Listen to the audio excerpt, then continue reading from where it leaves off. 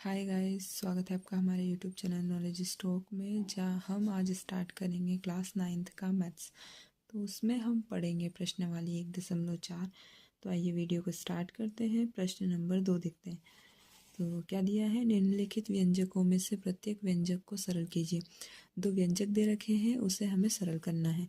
तो पहला दे रखा है 3 प्लस करनी 3 और दूसरा दे रखा है कोष्ठक 2 प्लस करनी 2। इन दोनों को सरल करना है। तो जो दिया है हमने वो लिख लिया।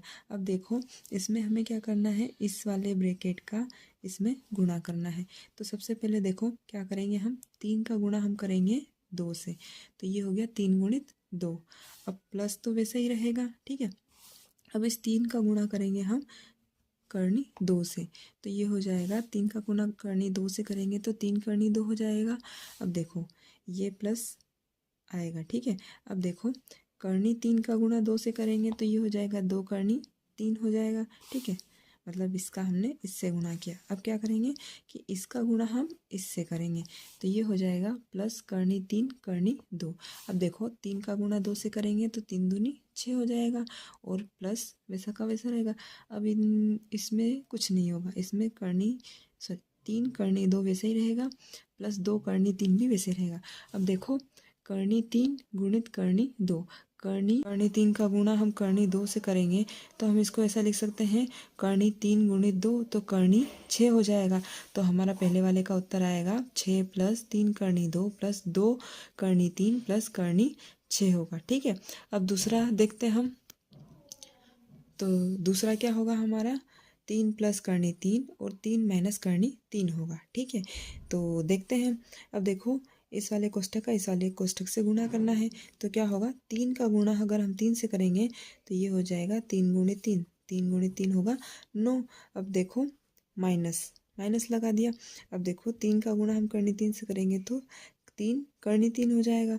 अब देखो प्लस, अब 3 का गुणा करनी 3 का गुणा 3 से करेंगे तो 3 करनी 3 हो जाएगा। अब यहाँ पर माइनस आएगा, ठीक है। अब करनी 3 का गुणा हम करनी 3 से करेंगे तो देखो क्या होगा कि ये माइनस का 3 करनी 3 और ये प्लस का 3 करनी 3, तो ये कट जाएगा प्लस माइनस, यहाँ बचेगा 9 और माइनस। अब करनी 3 का गुणा करनी 3 से करेंगे तो क्लियर 3 हो जाएगा और 9 में से 3 घटाएंगे तो 6 बचेगा।